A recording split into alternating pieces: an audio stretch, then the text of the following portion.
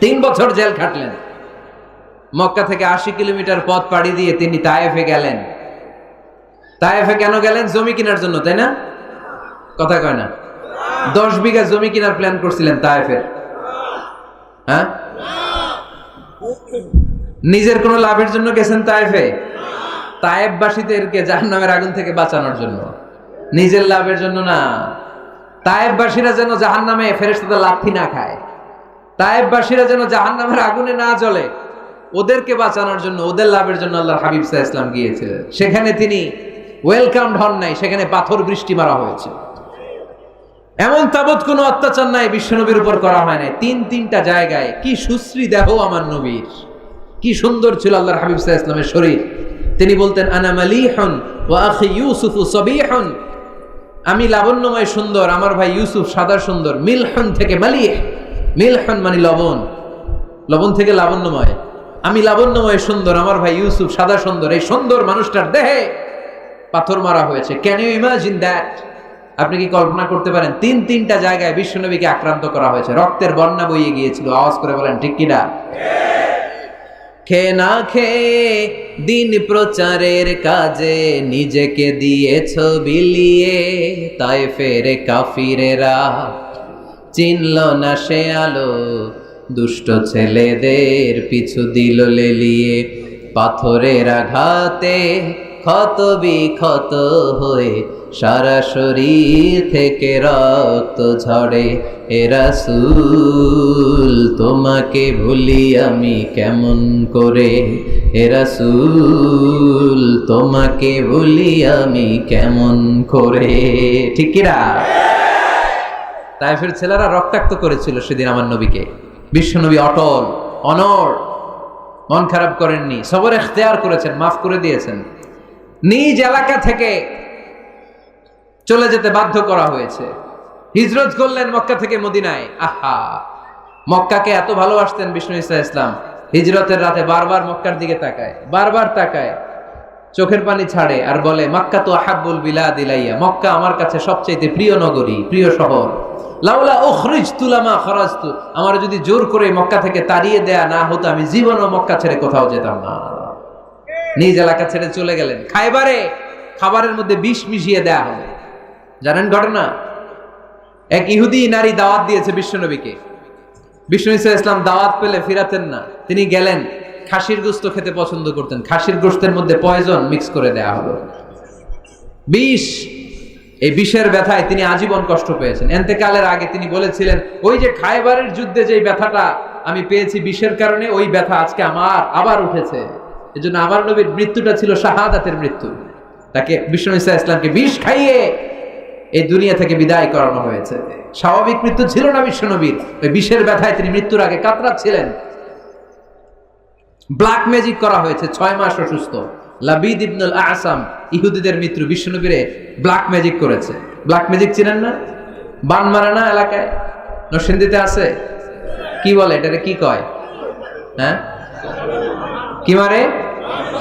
বান মারে, জাদুটোনা। এগুলো করেন আপনারা? এগুলো করেন না। আল্লাহর হাবিব সাল্লাল্লাহু আলাইহি ওয়াসাল্লামকে 6 মাস ব্ল্যাক ম্যাজিক করে রাখা হলো। তার মানে অত্যাচার, অনাচার, পরীক্ষার, বাধা বিপত্তির এমন কোনোটা নাই যেটা বিশ্বনবী অতিক্রম করে নাই। ঠিক কিনা? তার মানে যিনি নেতা হবেন তাকে পরীক্ষা দিয়ে নেতা হতে হবে, বাধা বিপত্তি এগিয়ে সামনে যেতে হবে, তা না হলে তিনি নেতা হতে পারবে। কাজ না করে নেতা হওয়া যায় না। এজন্য আগে কাজ, বক্তব্য দিলে চলবে না, ওই নেতা আমরা মানি না। কাজ করে দেখেন আপনি আমাদেরকে। জনগণের জন্য কাজ করেন, দেশের জন্য কাজ করেন, মাটি ও মানুষের জন্য কাজ করেন, then you are our leader. তখন আপনি আমাদের নেতা, আপনার স্থান আমাদের হৃদয়। ঠিক কিনা? এবার আসলে আমরা দেখি যে আল্লাহ রাসূল সাল্লাল্লাহু আলাইহি সাল্লাম উনি কাজ করতেন কিনা, উনি কাজ করতেন কিনা, নাকি উনি বসে থাকতেন আর বক্তব্য দিতেন? দেখার দরকার আছে না নাই? শুরুতেই আমরা বলেছি আমরা দেখব লিডারশিপের যে কোয়ালিটিগুলো, এগুলো আল্লাহর হাবিবের জীবনে পাওয়া যায় কিনা। কোরআন সুন্নাহর আলোকে আমরা ক্রস চেক করব ইনশাআল্লাহ। পড়েন। আল্লাহর হাবিবের কাছে কোরআনের প্রথম 5 আয়াত নাজিল হলো। আল্লাহর হাবিবের বয়স তখন 40 বছর। ইকরা বিসমি রাব্বিকাল্লাযী খালাক, খালাকাল ইনসানা মিন আলাক, ইকরা ওয়া রাব্বুকাল আকরাম আল্লাযী আল্লামা বিল কলম আল্লামাল ইনসানা মা লাম ইয়ালাম। এই 5টা আয়াত নাযিল হওয়ার পরে বিশ্বনবী ভয় পেয়ে গেলেন। বিশ্বনবীর গায়ে জ্বর চলে আসলো, অন্তর কাঁপতে লাগলো। ভয় পেয়ে বিশ্বনবী আম্মা জান খাদিজাতুল কুবরা তাহেরা রাদিয়াল্লাহু তাআলা আনহার কাছে আসলেন। এসে বললেন, খাদিজা জাম্মিলুনি জাম্মিলুনি, ও খাদিজা, এমন এমন ঘটনা 5টি আয়াত কোরআনের এই মাত্র আমার কাছে হেরা পর্বতে নাজিল হয়েছে, আমার মনে হয় আমি বাঁচবো না, আমারে তোমরা কম্বল চাপা দাও। কি চাপা দাও? কি চাপা দাও? কম্বল চাপা দাও। জাম্মিলুনি, আমার কম্বল দিয়ে চাপ দিয়ে ধরো, আমার শীত লাগে, আমার ভয় লাগে, মনে হয় আমি বাঁচবো না। আম্মা জান খাদিজা বললেন, আল্লাহি লা ইউখজিকাল্লাহু আবাদা, ও মুহাম্মদ আপনি ভয় পাবেন না, কখনোই আল্লাহ আপনারে অপদস্থ করবে না, কারণ ইন্নাকা লা তাসিলুর রাহিমা, ও মুহাম্মদ নিশ্চয় আপনি আত্মীয়তার সম্পর্ক বজায় রাখেন, ওয়া তাসদুকুল হাদিসা সব সময় সত্য কথা বলেন, ওয়া তাহমিলুল কাল্লা আপনি মানুষের বোঝা বইয়ে দেন, ওয়া তাকসিবুল মা'দুমা যার টাকা পয়সা নাই তারে আপনি রোজগার করে দেন, ওয়া তাকরিউদ দাইফা আপনি সব সময় মেহমানদারি করতে পছন্দ করেন, ওয়া তুঈনু আলা নাওয়াইবিল হক সত্য যেখানে বিপন্ন সেখানে আপনি সত্যের বীর সৈনিক হয়ে দাঁড়িয়ে যান। কে বলতেছে? স্ত্রী। কে বলে? স্ত্রী। কার ব্যাপারে বলে? হাজবেন্ডের ব্যাপারে বলে। প্রিয় ভাইরা মনে রাখবেন, কারো ব্যাপারে সঠিক তথ্য যদি পেতে চান, বড় সাহেবের ব্যাপারে বড় সাহেবের ড্রাইভারের কাছ থেকে খোঁজ নিয়েন, বড় সাহেবের ঘরের কাজের বুয়ার কাছ থেকে একটু খোঁজ নিয়েন, বড় সাহেবের বাড়ির দারোয়ান থেকে একটু খোঁজ নিয়েন, আর বড় সাহেবের বউয়ের কাছ থেকেও খোঁজ নিয়েন। এই 4টা সোর্স থেকে যদি আপনি বড় সাহেবের ইনফরমেশন নেন, সব আসল ইনফরমেশন বেরিয়ে আসবে। চিল্লায় বলেন ঠিক কিনা? আল্লাহর হাবিব সাল্লাল্লাহু আলাইহি ওয়াসাল্লামের স্ত্রী আম্মা জান খাদিজাতুল কুবরা তাহেরা রাদিয়াল্লাহু তাআলা আনহা বললেন, আল্লাহি লা ইউখজিকাল্লাহু আবাদা, মুহাম্মদ আপনি ভয় পাবেন না, আপনি ভয় পাবেন না, আল্লাহর শপথ আমার তো এই আত্মবিশ্বাস আছে আল্লাহ কখনো আপনারে অপদস্থ করবে না, কারণ আপনি আত্মীয়তার সম্পর্ক বজায় রাখেন, সব সময় সত্য কথা বলেন, আপনি সব সময় সত্য বলেন। মানুষ বোঝা টানতে পারে না, তাদের বোঝা আপনি টেনে মাথায় দিয়ে দেন। সুবহানাল্লাহ পড়বেন না? তাকসিবুল মা'দুম যার উপার্জনের কিচ্ছু নাই, টাকা পয়সা নাই, তারে আপনি উপার্জন করে দেন। আপনি টাকা জমায়া মানুষের মধ্যে দান করেন। আগে আপনি ছাগল চড়াতেন, অল্প কিছু টাকা পয়সা পেতেন, এরপরে আমার ব্যবসায় স্টাফ হিসেবে আসলেন, আরো কিছু টাকা পয়সা পেলেন, এগুলো আমি দেখেছি আপনি দেদারস মানুষের জন্য খরচ করে ফেলেন। যা টাকা পয়সা আছে এগুলো আপনি মেহমানদারিতে খরচ করেন, আর যেখানে সত্য বিপন্ন সেখানে আপনি লড়াকু সৈনিক হয়ে দাঁড়িয়ে যান। 6টা গুণের কথা বললেন, সুবহানাল্লাহ পড়েন। প্রিয় ভাইরা একটু চিন্তা করেন, তখনও উনি নবী হয় নাই, নবী যে হবেন এটা জানতেনই না। আল্লাহর ইলমে তিনি নবী, কিন্তু অফিশিয়ালি নবী হয়েছেন তিনি পৃথিবীতে 40 বছর বয়সে, ঠিক কিনা? তার মানে নবী হওয়ার আগেই, অফিশিয়ালি কোরআন আসার আগেই, অফিশিয়ালি নবুয়ত পাওয়ার আগেই আমার বিশ্বনবী জনকল্যাণমূলক কাজ শুরু করে দিয়েছিলেন। চিল্লায় বলতে হবে ঠিক কিনা? নেতা হন নাই, কিন্তু কাজ শুরু হয়ে গেছে। His mission is there, his vision is there, his work is there. নবী হন নাই, ওহী আসে নাই, কিন্তু কাজ বন্ধ ছিল। কথা কন, কাজ ঠিকই চলেছে। সেই ছোট্টবেলা থেকে তিনি দানবীর, ছোট্টবেলা থেকে মেহমান খাওয়াতে পছন্দ করেন, ছোট্টবেলা থেকে কখনো মিথ্যা বলেন না, ছোট্টবেলা থেকে আত্মীয়দের খোঁজ খবর নেন, সেই ছোটবেলা থেকে ইয়াং বয়স থেকেই সত্য যেখানে বিপন্ন সেখানে তিনি লড়াকু সৈনিক হয়ে দাঁড়িয়ে যান। তার মানে আগে নবী কাজ করছেন, পরে নেতৃত্ব আসছে। কথা বুঝি নাই? আগে কি? চিল্লায় বলতে হবে আগে কি? নেতা হতে যাদের শখ, আগে কাজ করো, আগে পরিশ্রম করো, আগে জনগণের সেবা করেন, জনকল্যাণমূলক কাজের সাথে নিজেকে সম্পৃক্ত করেন, নেতৃত্ব আপনার হাতে এমনিতেই ধরা দিবে। আগে কাজ, পরে ক্ষমতা, ঠিক কিনা? তাহলে লিডারশিপ কোয়ালিটির প্রথম যে কোয়ালিটিটা আজকের এই আলোচনা থেকে আমরা জানলাম, যে নেতা হতে হলে you have to serve first, then you will be the leader. আগে আপনাকে সার্ভিস দিতে হবে, খেদমত করতে হবে, নেতৃত্বের লোভ নিয়ে বসে থাকা যাবে না। আগে কাজ, নেতা হই আর না হই, কাজ আমার চলবে। মাই মিশন ইজ দেয়ার, কোনো অপশক্তি কোনো কিছুই আমার কাজকে থামায় ফেলতে পারবে না। চিল্লায় বলেন ঠিক কিনা? আগে কাজ পরে নেতা, ঠিক কি না? প্রথম পয়েন্টটা বুঝতে পারছেন? নেতা হইতে হলে প্রথমে কি করতে হয়? আওয়াজ করে বলেন, আগে কি পরে। মাশাআল্লাহ, এই তো বুঝতে পারছি। নেতা হওয়ার 2 নাম্বার কোয়ালিটি হচ্ছে you have to overcome the challenges and you have to face the trials. আপনাকে চ্যালেঞ্জ মোকাবেলা করার ক্ষমতা থাকতে হবে, বাধা বিপত্তি ডিঙিয়ে সামনে যাওয়ার ক্ষমতা থাকতে হবে, তাইলে আপনি নেতা। নেতা যদি দুর্বল চিত্তের হয়, এটা কি নেতা না খেতা? হ্যাঁ, নেতা হইতে হইলে আপনাকে চ্যালেঞ্জ মোকাবেলা করতে জানতে হবে। পাহাড় সম চ্যালেঞ্জ, আপনি এটাকে ডিঙ্গিয়ে চলে যেতে হবে। কোনো কিছু তাকে নাড়ায় না, সে অনড়। কোনো কিছুতে সে টলে না, সে অটল, সে নেতা, ঠিক কিনা? এজন্য আল্লাহ বললেন, ওয়াইযি বিতালা ইব্রাহিম রাব্বুহু বিকালিমাতিন ফাতাম্মাহুন্না ক্বালা ইন্নী জাঈলুকা লিন-নাসি ইমামা। ও নবী, স্মরণ করেন সে সময়ের কথা যখন আমি ইব্রাহিমকে অনেকগুলো পরীক্ষা করেছিলাম। প্রতিটা পরীক্ষায় ইব্রাহিম সফলতার সাথে উত্তীর্ণ হয়েছে, আর এই কারণে ইব্রাহিমকে ফলাফল স্বরূপ আমি জানিয়ে দিলাম, ইব্রাহিম ইন্নী জাঈলুকা লিন-নাসি ইমামা, আমি তোমাকে গোটা বিশ্বের মানুষের ইমাম বানায়া দিলাম, নেতা বানায়া দিলাম। ইন্নী জাঈলুকা লিন-নাসি ইমামা। When Allah test Ibrahim with some trials and he successfully overcome all the trials, and Allah said, Ibrahim, I'm gonna make you the leader. Ibrahim যতগুলো পরীক্ষা নিয়েছে সবগুলাই পাস। আগুনের পরীক্ষা পাস, নমরুদের পরীক্ষা পাস, কাবা ঘরের দায়িত্ব দেয়া হয়েছে, এই পরীক্ষায় পাস। সন্তানকে মরুভূমিতে রেখে আসতে বলা হয়েছে, পাস। যতগুলো পরীক্ষা আমি নিলাম সবগুলাই তুমি পাস। তুমি বাধা বিপত্তি ডিঙিয়ে নিজেকে প্রমাণ করতে সক্ষম হয়েছে, আর ফলাফল স্বরূপ আমার ঘোষণা, ইন্নী জাঈলুকা লিন-নাসি ইমামা, আমি তোমার ইমাম বানায় দিলাম, নেতা বানায় দিলাম। তার মানে নেতা হতে হলে যত ওভারকাম আছে, স্ট্রাগল আছে, চ্যালেঞ্জ আছে, এগুলো ডিঙিয়ে সামনের দিকে আগাতে হয়। নেতা ভয় পাইলে চলে না, চিল্লা এখন ঠিক কিনা? বাধা আসবে, বিপত্তি আসবে, নেতা অটল অনড়, তাহলেই চিনি নেতা। বুঝতে পেরেছেন?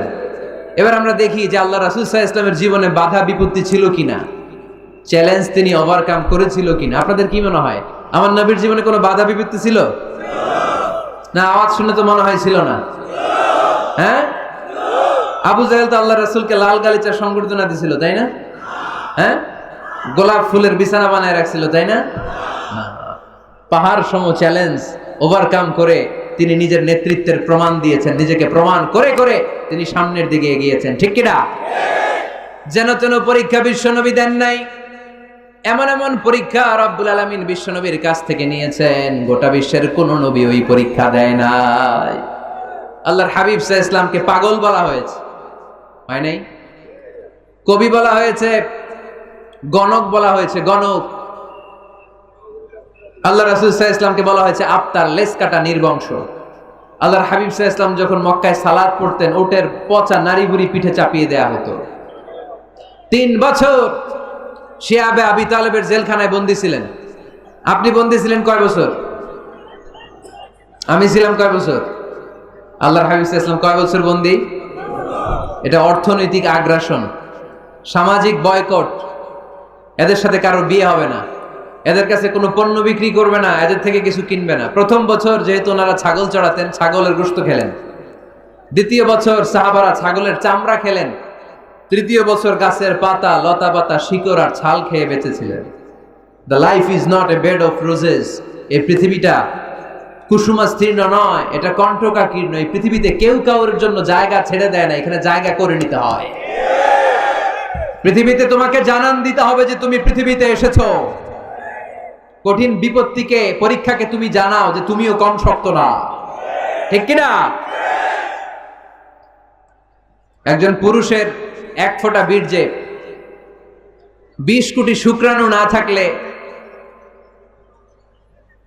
চিকিৎসা বিজ্ঞান বলে ওই বীর্য থেকে কোনো সন্তান জন্ম নেয় না।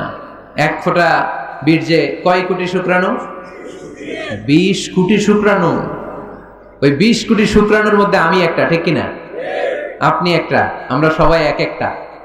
এই প্রতিটা শুক্রাণু চেয়েছিল ডিম্বাণুর গায়ে আঘাত করে সফল হতে, কেউ হইতে পারে নাই। 19,99,99,999টা ফেল, পাশ করছিলাম সেদিন আমি।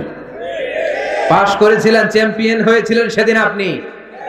সেদিন আপনার হাত ছিল, পা ছিল, মামা খালু ছিল, ফোন কল ছিল, এত কিছু না থাকতো সেদিন আপনি চ্যাম্পিয়ন হয়েছেন। কেউ আপনারা থামায় রাখতে পারে নাই। তার মানে এই পৃথিবীর বুকেও কেউ আপনারা থামায় রাখতে পারবে না। চিল্লায় বলেন ঠিক কিনা? পারবে না। অদম্য সাহস আর শক্তি সম্ভাবনাকে দিয়ে আল্লাহ তাআলা মানুষকে তৈরি করেছেন। এক একটা মানুষের যে কি ব্রেনের ক্যাপাসিটি, তার যে কত ক্ষমতা আল্লাহ দিয়েছেন মানুষ জানেই না। আল্লাহর হাবিব সাল্লাল্লাহু আলাইহি ওয়াসাল্লাম এরকম বাধা বিপত্তি অতিক্রম করে নিজেকে প্রমাণ করে করে সামনের দিকে এগিয়েছেন। 3 বছর জেল খাটলেন। মক্কা থেকে 80 কিলোমিটার পথ পাড়ি দিয়ে তিনি তায়েফে গেলেন। তায়েফে কেন গেলেন? জমি কেনার জন্য, তাই না? কথা কয় না?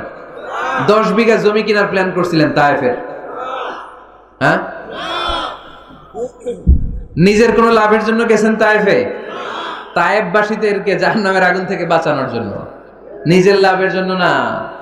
তায়েফবাসীরা যেন জাহান্নামে ফেরেশতাদের লাথি না খায়, তায়েফবাসীরা যেন জাহান্নামের আগুনে না জ্বলে, ওদেরকে বাঁচানোর জন্য, ওদের লাভের জন্য আল্লাহর হাবিব সাল্লাল্লাহু আলাইহি ওয়াসাল্লাম গিয়েছিলেন। সেখানে তিনি ওয়েলকামড হন নাই, সেখানে পাথর বৃষ্টি মারা হয়েছে। এমন তাবৎ কোনো অত্যাচার নাই বিশ্বনবীর উপর করা হয় নাই। 3টা জায়গায় কি সুশ্রী দেহ আমার নবীর, কি সুন্দর ছিল আল্লাহর হাবিব সাল্লাল্লাহু আলাইহি ওয়াসাল্লামের শরীর। তিনি বলতেন আনা মালিহুন ওয়া আখি ইউসুফু সাবিহুন, আমি লাবণ্যময় সুন্দর, আমার ভাই ইউসুফ সাদা সুন্দর। মিলহুন থেকে মালিহ, মিলহুন মানে লবণ, লবণ থেকে লাবণ্যময়। আমি লাবণ্যময় সুন্দর, আমার ভাই ইউসুফ সাদা সুন্দর। এই সুন্দর মানুষটার দেহে পাথর মারা হয়েছে। Can you imagine that? আপনি কি কল্পনা করতে পারেন? 3টা জায়গায় বিশ্বনবীকে আক্রান্ত করা হয়েছে, রক্তের বন্যা বইয়ে গিয়েছিল। আওয়াজ করে বলেন ঠিক কিনা? খেয়ে না খেয়ে দিন প্রচারের কাজে নিজেকে দিয়েছ বিলিয়ে, তায়েফের কাফিরেরা চিনল না সে আলো, দুষ্ট ছেলেদের পিছু দিল লেলিয়ে। পাথরের আঘাতে ক্ষত বিক্ষত হয়ে সারা শরীর থেকে রক্ত ঝরে। এ রাসূল তোমাকে ভুলি আমি কেমন করে, এ রাসূল তোমাকে ভুলি আমি কেমন করে। ঠিক কিনা? তায়েফের ছেলেরা রক্তাক্ত করেছিল সেদিন আমার নবীকে। বিশ্বনবী অটল, অনড়, মন খারাপ করেননি, সবর ইখতিয়ার করেছেন, মাফ করে দিয়েছেন। নিজ এলাকা থেকে চলে যেতে বাধ্য করা হয়েছে, হিজরত করলেন মক্কা থেকে মদিনায়। আহা, মক্কাকে এত ভালোবাসতেন বিষ্ণু ঈসা ইসলাম। হিজরতের রাতে বারবার মক্কার দিকে তাকায়, বারবার তাকায়, চোখের পানি ছাড়ে আর বলে মক্কা তো আহাব্বুল বিলাদ ইলাইয়া, মক্কা আমার কাছে সবচেয়ে প্রিয় নগরী, প্রিয় শহর। লাউলা উখরিজতু লামা খরাজতু, আমার যদি জোর করে মক্কা থেকে তাড়িয়ে দেয়া না হতো আমি জীবনও মক্কা ছেড়ে কোথাও যেতাম না। নিজ এলাকা ছেড়ে চলে গেলেন। খাইবারে খাবারের মধ্যে বিষ মিশিয়ে দেয়া হলো। জানেন ঘটনা? এক ইহুদি নারী দাওয়াত দিয়েছে বিশ্বনবীকে। বিষ্ণু ঈসা ইসলাম দাওয়াত পেলে ফিরাতেন না। তিনি গেলেন, খাসির গোশত খেতে পছন্দ করতেন। খাসির গোশতের মধ্যে পয়জন মিক্স করে দেয়া হলো, বিষ। এই বিষের ব্যথায় তিনি আজীবন কষ্ট পেয়েছেন। এন্তেকালের আগে তিনি বলেছিলেন, ওই যে খাইবারের যুদ্ধে যে ব্যথাটা আমি পেয়েছি বিষের কারণে, ওই ব্যথা আজকে আমার আবার উঠেছে। এজন্য আমার নবীর মৃত্যুটা ছিল শাহাদাতের মৃত্যু। তাকে বিষ্ণু ঈসা ইসলামকে বিষ খাইয়ে এই দুনিয়া থেকে বিদায় করানো হয়েছে। স্বাভাবিক মৃত্যু ছিল না বিশ্বনবীর, ওই বিষের ব্যথায় তিনি মৃত্যুর আগে কাতরাচ্ছিলেন। ব্ল্যাক ম্যাজিক করা হয়েছে, 6 মাস অসুস্থ। লাবিদ ইবনুল আসাম ইহুদিদের মিত্র বিশ্বনবীরে ব্ল্যাক ম্যাজিক করেছে। ব্ল্যাক ম্যাজিক চিনেন না? বান মারা না এলাকায়, নরসিংদীতে আছে। কি বলে এটারে, কি কয়? হ্যাঁ, কি মারে? বান মারে, জাদুটোনা। এগুলো করেন আপনারা? এগুলো করেন না। আল্লাহর হাবিব সাল্লাল্লাহু আলাইহি ওয়াসাল্লামকে 6 মাস ব্ল্যাক ম্যাজিক করে রাখা হলো। তার মানে অত্যাচার, অনাচার, পরীক্ষার, বাধা বিপত্তির এমন কোনোটা নাই যেটা বিশ্বনবী অতিক্রম করে নাই। ঠিক কিনা? তার মানে যিনি নেতা হবেন তাকে পরীক্ষা দিয়ে নেতা হতে হবে, বাধা বিপত্তি এগিয়ে সামনে যেতে হবে, তা না হলে তিনি নেতা হতে পারবে।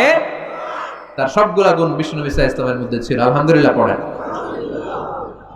নেতা হওয়ার জন্য 3 নম্বর যে কোয়ালিটি লাগে সেটা হচ্ছে এলোকোয়েন্স, বাগ্মিতা। বক্তব্য দিতে জানা লাগে। বক্তব্যে পারঙ্গমতা থাকা চাই, ফাসাহাত বালাগাত জানা চাই। নেতা যদি ভাষণ দিতে না পারে এটা কি নেতা? কথা কয় না, এটা নেতা? এজন্য নেতা হইতে হইলে কি করা লাগে? ভাষণ দিতে জানা লাগে। দেখবেন যত বড় নেতা তত চমৎকার তার ভাষণ। আমাদের এদেশের স্বাধীনতার স্থপতি বঙ্গবন্ধু শেখ মুজিবুর রহমানের সেই ৭ই মার্চের রেসকোর্সের ভাষণ মনে আছে? এবারের সংগ্রাম মুক্তির সংগ্রাম, এবারের সংগ্রাম এখনো কানে বাজে, ঠিক কিনা? যতদিন বাংলাদেশ থাকবে ততদিন এই ভাষণ থাকবে কি থাকবে না? তাহলে নেতা হইতে হইলে এরকম ভাষণ জানা লাগে। বারাক ওবামার নাম শুনছেন? কথা কয় না, শুনছেন? শুনছেন? এই লোকটাও চমৎকার ভাষণ দিতে জানতো। যে এলাকায় যাইতো ওই এলাকা ধরে ডাক দিত, লোকজন খুশি হয়ে যেত। নির্বাচনে জিতে প্রথমে উনি গেল শিকাগো সিটিতে, আমেরিকা একটা শহর আছে শিকাগোতে, বিশাল বড় অ্যাসেম্বলি। উনি ভাষণ শুরু করলেন এভাবে, হ্যালো শিকাগো, মানে পুরো শিকাগো শহরটার একটা ডাক দিলেন। শিকাগোর লোক তো আনন্দে আটখান হয়ে কাইত, খুশি। তার মানে নেতাকে ভাষণ দিতে জানতে হয়, কথা বলতে না জানলে নেতা হইতে পারে? কথা বলেন। বক্তব্যে পারঙ্গমতা থাকা চাই, অসাধারণ বক্তব্য দেওয়ার ক্ষমতা থাকা চাই। এবার আসুন দেখি বিষ্ণু ইসা ইসলামের এটা ছিল কি ছিল না? আল্লাহর হাবিব ইসা ইসলামের বক্তব্য দেওয়ার গুণাবলী ছিল কি ছিল না? সহিহ মুসলিমের বর্ণনা, আল্লাহর হাবিব ইসা ইসলাম বলেন, উতিতু জাওয়ামিউল কালিম, আমাকে আল্লাহ তাআলা জাওয়ামিউল কালিম দিয়েছে। মানে আমি এমন কথা বলি, কথাগুলো ছোট কিন্তু এর আবেদন অনেক বড়। আমি কথা বলি অল্প কিন্তু এটার impact in the heart of people, in the heart of the listener, যারা শুনে তাদের হৃদয়ে এটার প্রভাব অনেক বেশি। আমার কথাগুলো concise in wording but comprehensive in meaning, বলি কম অর্থ বেশি। হাজার লাইন ব্যাখ্যা করো আমার কথাকে ব্যাখ্যা শেষ করা যায় না ভাষায় তিনি কথা বলতেন। আবার আম্মা জান বলেন, সেই বুখারীর বর্ণনা, আল্লাহর হাবিব সাল্লাল্লাহু আলাইহি ওয়াসাল্লাম যখন বক্তব্য রাখতেন, লাউ আদ্দাহুল আদ্দুল আহসাহু, কেউ যদি চাইতো আল্লাহর হাবিব সাল্লাল্লাহু আলাইহি ওয়াসাল্লাম বক্তব্যে কয়টা বাক্য বলেছেন, কয়টা শব্দ বলেছেন, কয়টা বর্ণ ব্যবহার করেছেন, চাইলে প্রতিটা বাক্য আর শব্দ হাতে গোনা যেত। সুবহানাল্লাহ নাই? এত সুন্দর পরিচ্ছন্ন আরবিতে তিনি বক্তব্য করতেন, কথা বলতেন। লাউ আদ্দাহুল আদ্দুল আহসাহু, কেউ চাইলে গুনতে পারতো যে রাসূল সাল্লাল্লাহু আলাইহি ওয়াসাল্লাম ওনার ভাষণে কয়টা বাক্য বলেছেন, ওনার এই বক্তব্যে তিনি কয়টা শব্দ ব্যবহার করেছেন, চাইলেই গুনা যেত। সুবহানাল্লাহ পড়েন। আল্লাহর হাবিব সাল্লাল্লাহু আলাইহি ওয়াসাল্লাম যখন বর্ণনা করতেন, বুখারীর বর্ণনা, আ'আদাহা সালাসান, গুরুত্বপূর্ণ কোনো কথা বললে এটা 3 বার রিপিট করতেন, হাত্তা তুফহামা আনহু, যাতে এটা সহজে বোঝা যায়। গুরুত্বপূর্ণ কথা বলার সময় কয়বার বলতেন? আল্লাহর হাবিব সাল্লাল্লাহু আলাইহি ওয়াসাল্লাম একবার তাকওয়ার ওয়াজ করছিলেন আর বলছিলেন, আত-তাকওয়া হা হুনা, আত-তাকওয়া হা হুনা, আত-তাকওয়া হা হুনা, ওয়া ইউশিরু ইলা সাদরিহি 3 মাররাত, তাকওয়া এখানে, তাকওয়া এখানে, তাকওয়া এখানে বলে তিনি অন্তরের দিকে 3 বার ইঙ্গিত করেছেন। সুবহানাল্লাহ পড়বেন না? তাকওয়া থাকে কোন জায়গায়? কোথায়? নাকি আল্লাহর হাবিব বলছেন আত-তাকওয়া হা হুনা, আত-তাকওয়া হা হুনা, আত-তাকওয়া হা হুনা, কি বলছেন? আত-তাকওয়া হা হুনা, তাকওয়া থাকে হৃদয়ে। তার মানে গুরুত্বপূর্ণ কথা বলার সময় আল্লাহর হাবিব সাল্লাল্লাহু আলাইহি ওয়াসাল্লাম 3 বার রিপিট করতেন। সুবহানাল্লাহ পড়েন। এরপর আম্মা জান আয়েশা রাদিয়াল্লাহু তাআলা আনহা বর্ণনা করেন, বুখারীর বর্ণনা, ইয়াতাকাল্লামু বিকালামিন বাইয়িন ফাসলিন, আল্লাহর হাবিব যখন কথা বলতেন, ইয়াতাকাল্লামু বিকালামিন বাইয়িন, সুস্পষ্ট ভাবে কথা বলতেন, ফাসলিন, থেমে থেমে কথা বলতেন, ইয়াতাহাফফাযুহু মান জালাসা ইলাই, তার আশেপাশে যারা বসে থাকতো চাইলে সবগুলো কথা সহজেই মুখস্থ করে ফেলতে পারতো। ইয়াতাকাল্লামু বিকালামিন বাইয়িন, সুস্পষ্ট কথা বলতেন, অস্পষ্ট কোনো কথা আল্লাহর হাবিব সাল্লাল্লাহু আলাইহি ওয়াসাল্লাম কখনো বলেন নাই। ফাসলিন, থেমে থেমে, এক বাক্য শেষ আরেক বাক্য, এক কথা শেষ আরেক কথা। ইয়াতাহাফফাযুহু মান জালাসা ইলাই, এত সুন্দর করে বলতেন তার আশেপাশে যারা বসা চাইলে এগুলো মুখস্থ রাখতে পারতো। আওয়াজ করে পড়তে হবে আল্লাহু আকবার। আবার আল্লাহর নবী মাঝে মাঝে আবেগ ঘন বক্তব্য দিতেন। সাহাবারা বলেন, বিশ্বনবী মাঝে মাঝে এমন বক্তব্য রাখতেন, ওয়াজিলাত মিনহাল কুলুব যারাফাত মিনহাল আয়ুন, বিশ্বনবীর বক্তব্য শুনে আমাদের হৃদয় বিগলিত হয়ে যেত। বিশ্বনবীর আলোচনা শুনে, নাসিহাত শুনে আমাদের চোখ দিয়ে দাঁড় দাঁড় করে পানি ঝরতো। দাঁড় করে চোখ দিয়ে পানি ঝরতো, হৃদয় বিগলিত হয়ে যেত। তার মানে আবেগঘন বক্তব্য দিতে জানতেন। আবার পাশাপাশি বিশ্বনবী মাঝে মাঝে জেহাদি বক্তব্য দিতেন, তেজস্বী বক্তব্য দিতেন। হাত্তা ইহতামাররাত আইনা ওয়া আলা সাওতুহু ওয়াশতাদ্দা গাদাবু। মাঝে মাঝে যখন জ্বালাময়ী তেজস্বী ভাষণ দিতেন, চেহারাটা লাল হয়ে যেত, চোখগুলো লাল হয়ে যেত, বিশ্বনবীর কণ্ঠ উঁচু হয়ে যেত, রাগে তিনি গড়গড় করতে থাকতেন, মনে হচ্ছে তিনি সেনাবাহিনীর কমান্ডার। সুবহানাল্লাহ পড়েন।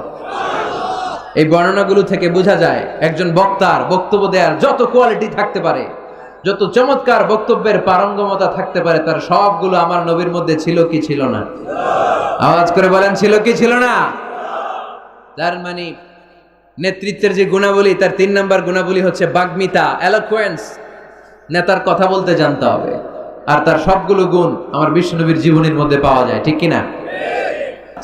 নেতৃত্ব দেওয়ার 4 নাম্বার গুণাবলী হচ্ছে the leader should be broad minded, he shouldn't be the narrow minded. নেতা হইতে হইলে বড় মনের হইতে হবে, কলিজাটা হইতে হবে এত বড়, পুরো দেহটাই হইতে হবে কলিজা। কথা কয় না? পুরো দেহটাই কলিজা, ঠিক কিনা? নেতা যদি ন্যারো মাইন্ডেড হয়, এটা কি নেতা? নেতা হতে হবে broad minded. The leader should be accommodative mentalities.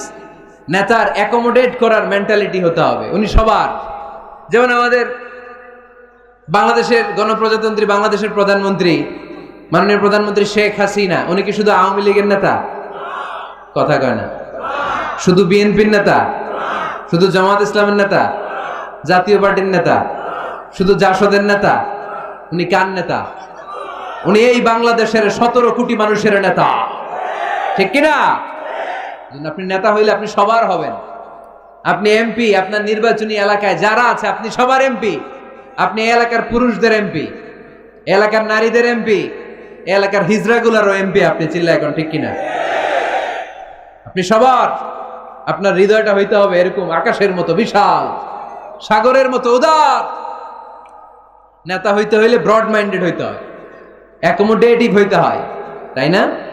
এবার আসেন দেখি, আমার বিষ্ণু ইসলাম যে নেতা ছিলেন, উনি কি ন্যারো মাইন্ডেড ছিলেন না ব্রড মাইন্ডেড? কথা বোঝে নাই বোধহয়। ব্রড মাইন্ডেড ছিলেন। কত ব্রড মাইন্ডেড? আল্লাহ রাসূল সাল্লাল্লাহু আলাইহি ওয়াসাল্লামের ব্যাপারে আল্লাহ পাক বললেন, ওমা আরসালনাকা ইল্লা রাহমাতাল লিল আলামিন, I have sent you as a mercy for the entire universe. নবী হে, আমি আপনাকে গোটা বিশ্বের সবার জন্য রহমত করে, বিশ্ববাসীর জন্য রহমত করে প্রেরণ করেছি। বুঝে শুনে উত্তর দিয়েন তো, আল্লাহকে এখানে বলছেন ওমা আরসালনাকা ইল্লা রাহমাতাল লিল মুসলিমিন, বলছে রাহমাতাল লিল মুত্তাকিন, রাহমাতাল লিল মুসাল্লিন, কি বলছে? আল্লাহ বলেছেন ওমা আরসালনাকা ইল্লা রাহমাতাল লিল আলামিন। নবী হে, আমি আপনাকে গোটা বিশ্বের সবার জন্য রহমত করে দুনিয়ায় প্রেরণ করেছি। তিনি সবার জন্য রহমত, সবার জন্য। আল্লাহ রাসূল সাল্লাল্লাহু আলাইহি ওয়াসাল্লাম ছিলেন ব্রড মাইন্ডেড, সবার জন্য তিনি রহমত। মানুষের জন্য রহমত, জিন জাতির জন্য রহমত, ফেরেশতাদের জন্য রহমত, মৎস্যকুলের জন্য রহমত, পক্ষীকুলের জন্য রহমত, গোটা বিশ্বের সবার জন্য। আস্তিকদের জন্য যেমনি রহমত, নাস্তিকদের জন্য রহমত, ঠিক কিনা? আল্লাহর হাবিব সাল্লাল্লাহু আলাইহি ওয়াসাল্লাম একবার একটা লাশ দেখে দাঁড়িয়ে গেলেন। কি দেখে? লাশ দেখে দাঁড়ালেন। সাহাবারা বললেন, ইন্নাহু ইয়াহুদি। নবী, ইন্নাহু ইয়াহুদি, এটা ইহুদির লাশ, আপনি দাঁড়ালেন যে? আল্লাহর হাবিব সাল্লাল্লাহু আলাইহি ওয়াসাল্লাম বললেন, আওয়ালাইসাত নাফসান, এটা কি মানুষ না? হোক না ইহুদি, হোক না খ্রিস্টান, হোক না আস্তিক আর নাস্তিক, আমি তো মানুষ দেখে দাঁড়াইছি। সুবহানাল্লাহ কইবেন না? এজন্য সবাইরে আগে মানুষ মনে করবেন। আগে কি মনে করবেন? পরে দলাদলি কইরেন। আমরা দেখা মাত্র বলি কোন পীরের মুরিদ? দেখা মাত্র প্রথম প্রশ্ন কি? হ্যাঁ, কোন পীরের মুরিদ? কোন দল করেন? হ্যাঁ, ভারতপন্থী না পাকিস্তানপন্থী? আছে না নাই? এই যে দলাদলি, খালি পিস পিস করি, খালি ভাগাভাগি। যারা পিস পিস করে আল্লাহ এদেরকে পিস পিস করে ফেলবে, ঠিক কিনা? বিশ্বনবী এসেছেন মিলানোর জন্য, মিলিয়ে দেওয়ার জন্য বিষ্ণু ইসলামের আগমন ঘটেছে। আর আমরা খালি পিস পিস। আমরা আহলে হাদিস মসজিদ বানাই এক জায়গায়, এক এলাকায় আহলে হাদিস মসজিদ, আরেক এলাকায় হেরাও বানাইছে হানাফি মসজিদ। আছে না নাই? আহলে হাদিস মসজিদে হানাফি মুসল্লি ঢুকতে পারবে না, হানাফি মসজিদে আবার আহলে হাদিসেরা ঢুকতে পারবে না। আহা, কোথায় চলে গেলাম আমরা? আমরা মানুষকে মানুষ হিসেবে কনসিডার করি না। সে মুসলমান, এটা তার বড় পরিচয়, এটা আমরা সামনে আনতে চাই না। আগে নিয়ে আসি হানাফি না আহলে হাদিস, আগে নিয়ে আসি বিএনপি না আওয়ামী লীগ। সে যে মানুষ, তার বড় পরিচয়। তারপর সে মুসলিম, সে আমার ভাই, এটা আমরা ভুলে গিয়েছি। আওয়াজ করে বলেন ঠিক কিনা? ভুলে গেছি। আমাদের প্রভু এক, এক নবীর উম্মত, জীবন বিধান এক, ওই শিবানী কোরআন। আমাদের প্রভু এক, এক নবীর উম্মত, জীবন বিধান এক, ওই শিবানী কোরআন। তবে কেন এক হে মুসলমান, একে হও করিয়া হবান। বাইতুল্লাহ এক, মদিনা শরীফ এক, উহুদ পাহাড় এক, বদরের মাঠ এক। ঠিক কিনা? বাইতুল্লাহ এক, মদিনা শরীফ এক, উহুদ পাহাড় এক, বদরের মাঠে। একটা তো জীবন আর মরণ তো একেটাই, একে সাথে মিলে মিশে একটাই প্রাণ। তবে কেন এক হে মুসলমান, একে হও করিয়া হবান। আমাদের প্রভু এক, এক নবীর উম্মত, জীবন বিধান এক, ওই শিবানী কোরআন। তবে কেন এক হে মুসলমান, একে হও করিয়া হবান। ঠিক কিনা? বাইতুল্লাহ এক, মদিনা শরীফ এক, বদরের মাঠ এক, উহুদের প্রান্তর এক, কোরআন এক, নবী এক, আল্লাহ এক। কিন্তু আমরা আছি কিলাকিলি নিয়ে। ঠিক কিনা? এই কিলাকিলি আমরা আর করতে চাই? দলাদলি আমরা করতে চাই? আমরা ঐক্য চাই। আমরা কি চাই? এমন ঐক্যের সিন্ডিকেট আমাদের করতে হবে যাতে কোনো অপশক্তি এই সিন্ডিকেটকে ভাঙতে না পারে। চিল্লায় বলো ঠিক কিনা?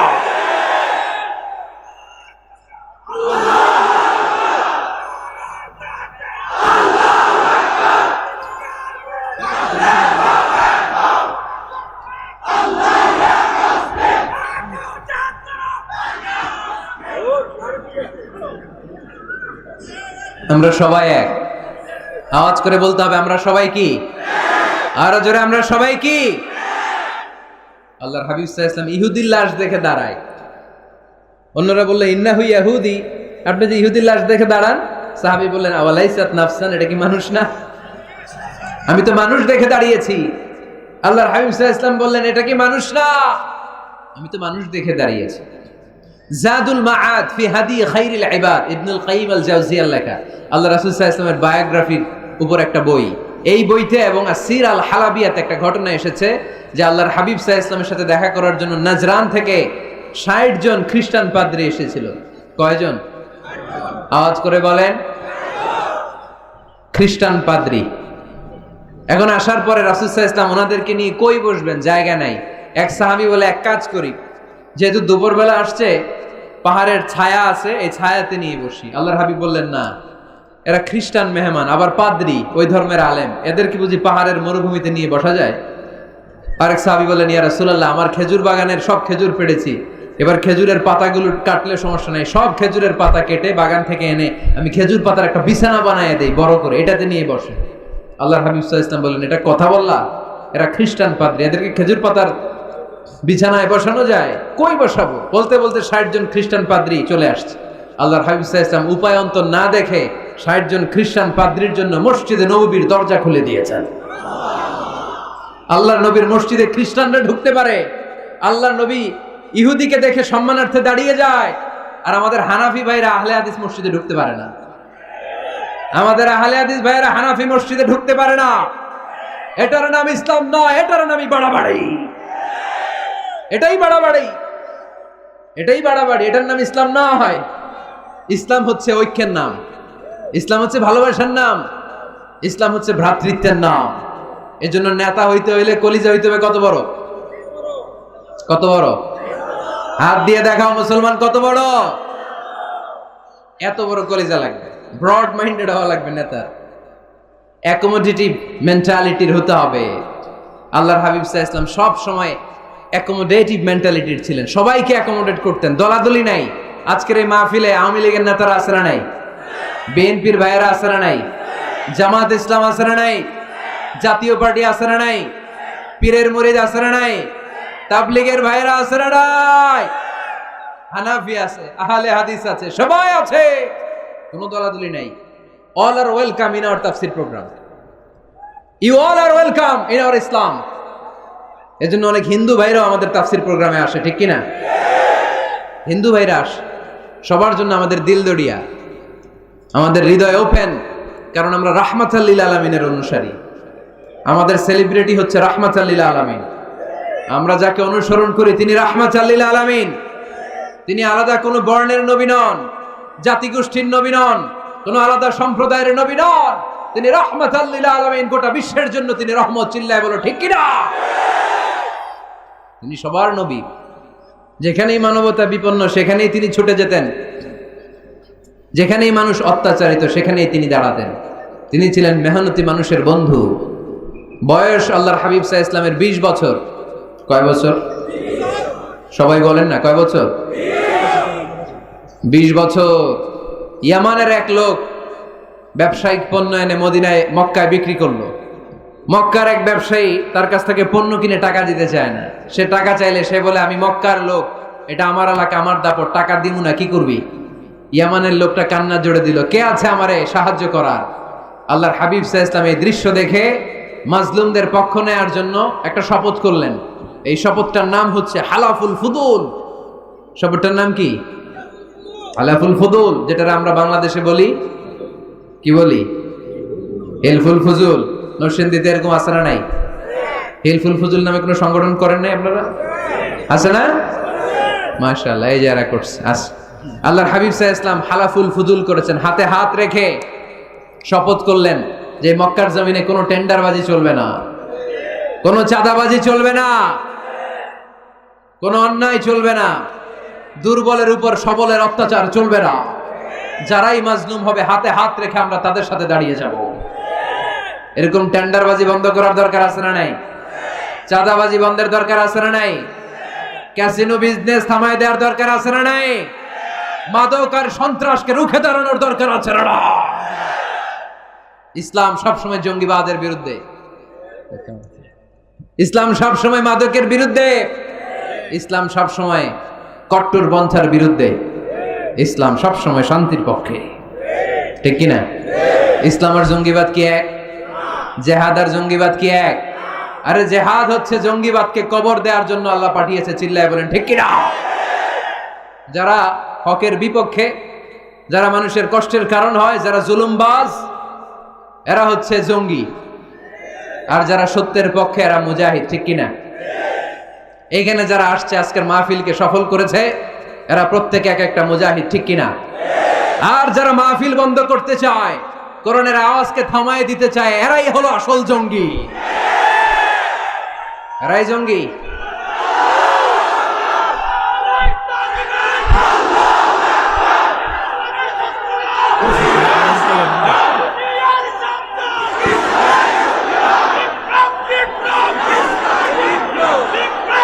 আল্লাহর হাবিব সাল্লাল্লাহু আলাইহি ওয়াসাল্লাম তিনি সব সময় সত্যের পক্ষে ছিলেন। তার মানে এই পৃথিবীতে সবচেয়ে বড় মুজাহিদের নাম হচ্ছে মুহাম্মদ সাল্লাল্লাহু। আচ্ছা দেখি আপনাদের কমন সেন্স কতটুকু। আল্লাহর হাবিব যদি সবচেয়ে বড় মুজাহিদ হয়, তাহলে আল্লাহর হাবিব সাল্লাল্লাহু আলাইহি ওয়াসাল্লামের সময়ের সবচেয়ে বড় জঙ্গিটার নাম কি? আবু জাহেল, ঠিক কিনা? মুসা আলাইহিস সালাম ছিলেন মুজাহিদ, তার মানে ওনার সময়ের সবচেয়ে বড় জঙ্গিটার নাম কি? ইব্রাহিম আলাইহিস সালাম ছিলেন মুজাহিদ, ওনার সময়ের সবচেয়ে বড় জঙ্গির নাম কি? এখনো যারা কোরআনের পক্ষে, ইসলামের পক্ষে, আমার নবীর পক্ষে এর এক একটা মুজাহিদ, আর যারাই কোরআনের বিপক্ষে এর এক একটা জঙ্গি। এরাই জঙ্গি। ডেফিনেশন খুব সহজ, যারা হকের পক্ষে মুজাহিদ, যারা কল্যাণের পক্ষে এরা মুজাহিদ, যারা হকের বিপক্ষে এরা জঙ্গি। এই জঙ্গিবাদের কবর রচনা করার জন্য আল্লাহ তাআলা জিহাদকে ফরজ করেছেন। এজন্য জিহাদ আর জঙ্গিবাদকে কখনো গোলানো যাবে। আল্লাহর হাবিব সাল্লাল্লাহু আলাইহি ওয়াসাল্লাম ছিলেন মেহনতি মানুষের বন্ধু। মেহনতি খেটে খাওয়া মানুষকে আমার নবী এত ভালোবাসতেন যে বিদায় হজের মতো এত গুরুত্বপূর্ণ ভাষণেও বাদ যায়নি খেটে খাওয়া মানুষের কথা। তিনি বলেছেন, আরিকাকুম আতঈমুহুম মিম্মা তাকুলুন ওয়াকসুহুম মিম্মা তালবিসুন। খবরদার, তোমাদের অধীনস্থ কর্মচারীদের সাথে খারাপ আচরণ করো না। তোমরা যা খাবে তাদেরও তা খেতে দিও, তোমরা যা পরবে সেখান থেকে তাদেরকেও পোশাকের ব্যবস্থা করে দিও। মেহনতি মানুষের কথা বিষ্ণুনবী বিদায় হজের ভাষণও বলেছেন, ঠিক কিনা? তার মানে আমার নবী কি ন্যারো মাইন্ডেড ছিলেন না ব্রড মাইন্ডেড? আওয়াজ করে বলতে হবে, ন্যারো মাইন্ডেড না ব্রড মাইন্ডেড? Broad minded. এই ছেলে, তোমার এত ফটো সেশন লাগে কেন? কি হইছে? বসে থাকো, এত ফটো তুলো না তো। নেতা হইতে হইলে বড় মনের অধিকারী হইতে হয়। তার মানে এই কোয়ালিটি আমার নবীর মধ্যে ছিল কি ছিল না? আওয়াজ করে বলতে হবে, ছিল কি ছিল না? কষ্ট হইতেছে আপনাদের?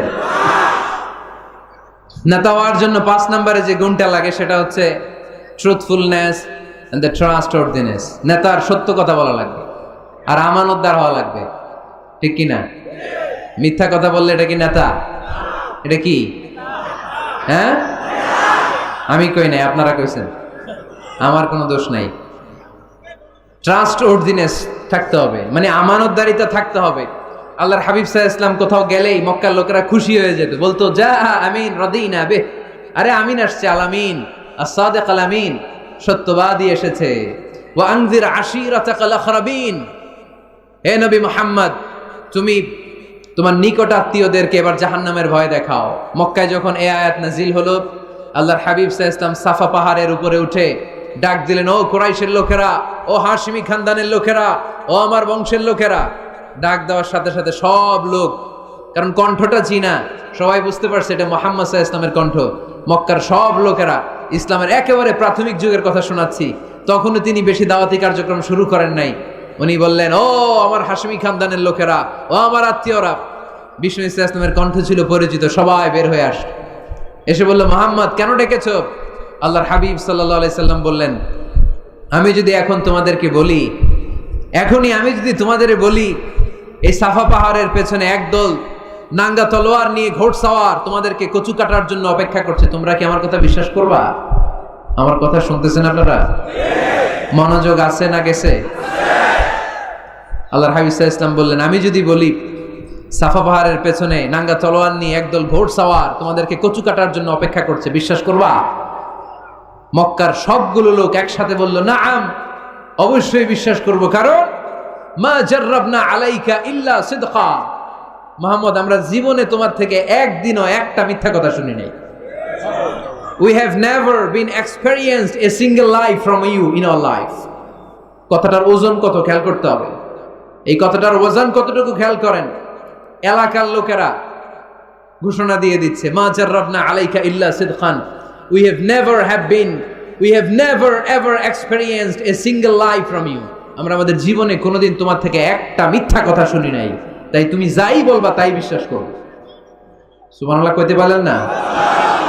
চিন্তা করছেন এলাকাবাসীর মন্তব্য বিষ্ণু ঈসা ইসলামের ব্যাপারে কত দামি মন্তব্য। এই এক মন্তব্যে বিগত 40 বছরের সার্টিফিকেট আছে, চিল্লায় বলেন ঠিক কিনা? বিগত 40টি বছর আমার নবী মক্কায় বড় হয়েছেন, মক্কায় ভেড়া চড়িয়েছেন, আম্মাজান খাদিজার আন্ডারে ব্যবসা করেছেন। বিশ্বনবী সব ছিল এই মক্কাবাসীদের সাথে। এই মক্কাবাসীরা এক বাক্যে বিগত 40 বছরের সার্টিফিকেট দিয়ে দিলেন, we have never ever been experienced a single lie from you Muhammad, মা জাররাবনা আলাইকা ইল্লা সিদকান, আমরা জীবনে বিগত 40 বছরে তোমার থেকে একটা মিথ্যা শুনি নাই, তাই তুমি যাই বলবা তাই বিশ্বাস করো। সুবহানাল্লাহ। এত আসতে নেতা হইতে হইলে এরকম নেতা হওয়া লাগবে, যাতে এলাকার লোক বলতে না পারে যে আপনি মিথ্যাবাদী, সবগুলো লোক যেন দাঁড়িয়ে বলে জীবনে এর মুখে কোনোদিন মিথ্যা শুনি নাই, জীবনে আমাদের কোনো কাজ করতে যে আমাদের কাছ থেকে একটা পানও খায় নাই, জীবনে আমাদের কাছ থেকে কোনো টাকা নেয় নাই, আজীবন শুধু দিছে, নেয় নাই, দিয়ে গেছে, কিছু চায় নাই। এরকম নেতা হওয়ার দরকার আছে না নাই? আল্লাহ রাসূল সাল্লাল্লাহু আলাইহি ওয়াসাল্লাম এতটাই আমানতদার ছিলেন, আম্মা জান খাদিজাতুল কুবরা রাদিয়াল্লাহু তাআলা আনহা শুধুমাত্র কেবলমাত্র বিশ্বনবীর আমানতদারিতায় মুগ্ধ হয়ে বিশ্বনবীকে বিয়ের প্রস্তাব দিয়েছে। শুধু আমানতদারিতা দেখে তিনি বিয়ের প্রস্তাব দিয়েছিলেন। এতটাই আমানতদার ছিল বিশ্বনবী সাল্লাল্লাহু আলাইহি ওয়াসাল্লাম, কাফির মুশরিকরাও আমানতের প্যাকেট বিশ্বনবীর কাছে রেখে যেত। একজন এসে বলল, আমি তায়েফে যাব, এইখানে 5000 দিরহাম মুহাম্মদ তোমার কাছে আমানত রেখে গেলাম। দল করে আবু জাহেলের। দল করে কার?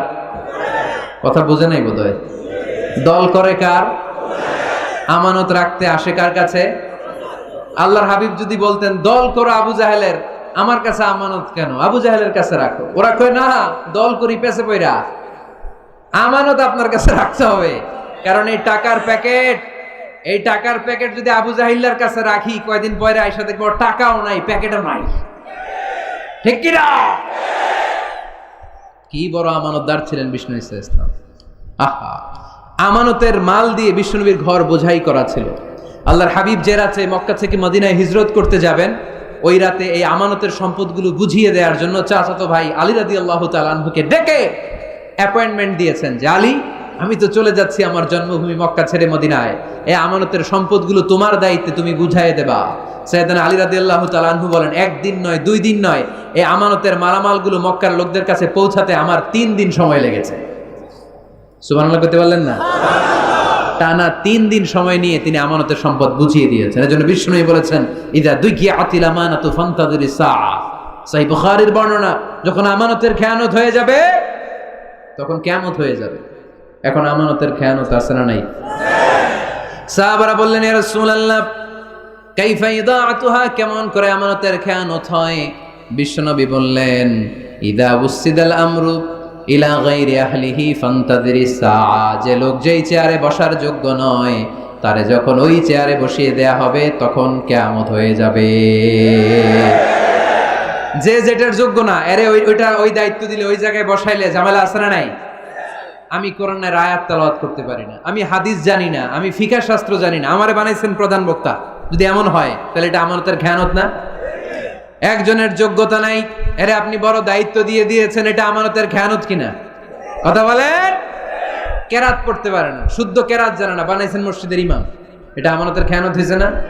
যেই লোক যেই চেয়ারে বসার যোগ্য না, তারে যদি ওই চেয়ারে বসায় দেন, আমানতের খেয়ানত হয়ে যাবে। আর যখনই আমানতের খেয়ানত শুরু হয়ে যাবে তখনই কিয়ামত হয়ে যাবে। চিল্লায় বলেন ঠিক কি না?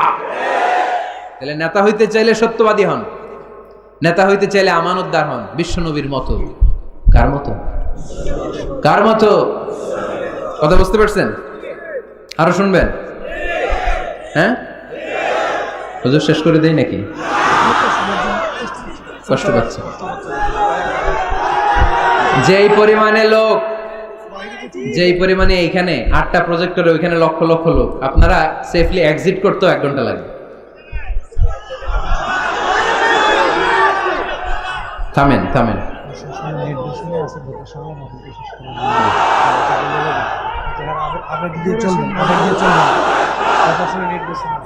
জি,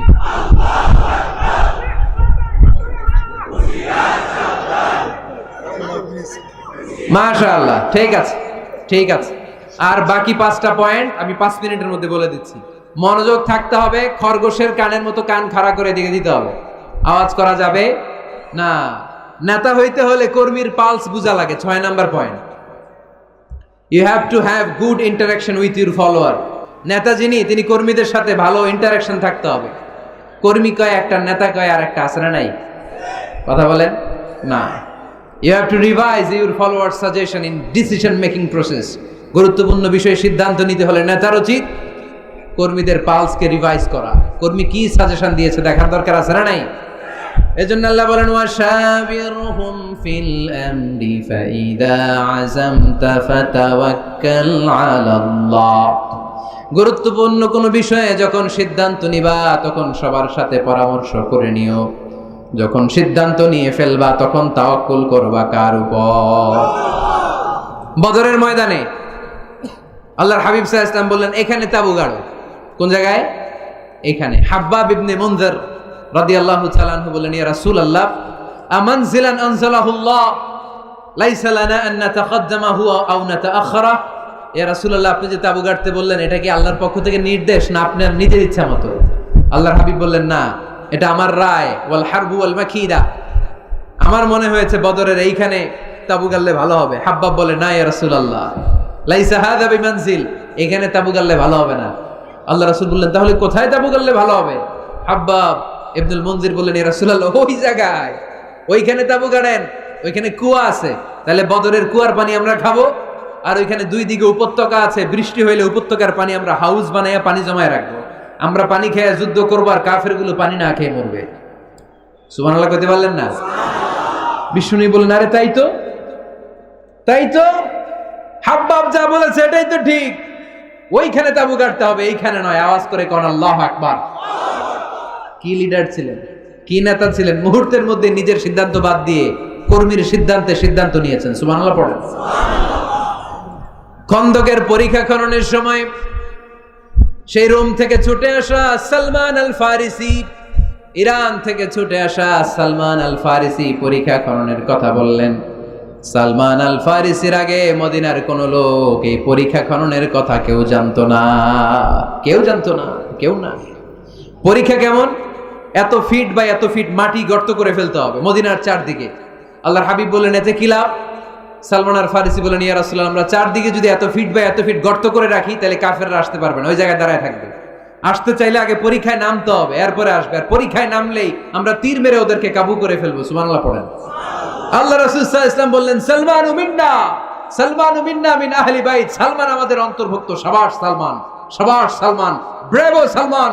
আওয়াজ করে পড়েন আল্লাহু আকবার। মুহূর্তের মধ্যে নিজের সিদ্ধান্ত বিষ্ণু ইসলাম বাদ দিয়ে সাইয়েদনা সালমান রাদিয়াল্লাহু তাআলা আনহু যে সিদ্ধান্ত দিয়েছেন, যেই পরামর্শ দিয়েছেন, ওই পরামর্শ নিয়েছেন। তার মানে নেতা যদি হতে হয়, a true leader, a charismatic leader যদি আপনি হতে চান, আপনার কর্মীদের পরামর্শের গুরুত্ব আপনার কাছে থাকার দরকার আছে না নাই?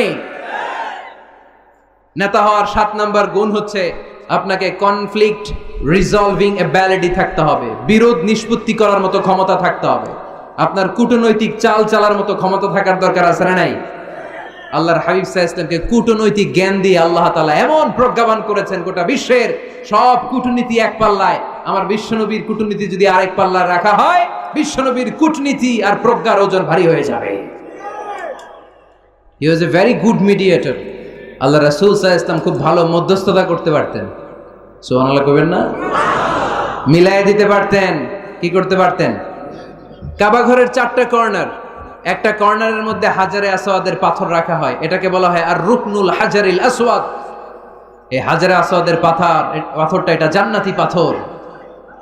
কিয়ামতের দিন আল্লাহ এই পাথরে 2টা চোখ দিবে, একটা জিহ্বা দিবে, এই পাথর কথা বলবে। এই পাথর বলবে, আল্লাহ, এই লোকটা আমার গায়ে চুমু দিয়েছিল, তারে তুমি জান্নাতে ঢুকায় দাও। এই হাজারে আসওয়াদের পাথরটা কাবা নির্মাণের সময় কে পাথরটাকে তুলে কাবা ঘরের ভেতরে রাখবে, এই নিয়ে মক্কার নেতাদের মধ্যে কিলাকিলি। নেতাদের মধ্যে কি কিলাকিলি? কারণ এটা অনেক সম্মানের ব্যাপার। সব নেতারা ঘোষণা দিল, কাউকে আমরা এই সম্মান দিতে চাই না, কাউকে। হিন্দু মেয়ে মুসলমান হবে অনেক আগে থেকে। আপনার হাতে না, আপনার হাতে।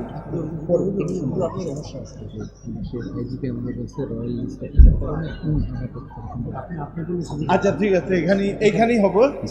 নিয়ে আসা জি ইনশাআল্লাহ। এজন্য হাজারে আসওয়াদের পাথরটা অনেক সম্মানের পাথর। হুজুরা 5 মিনিটের মধ্যে শেষ করব। 5 মিনিট। জি, মুসলিম হবে।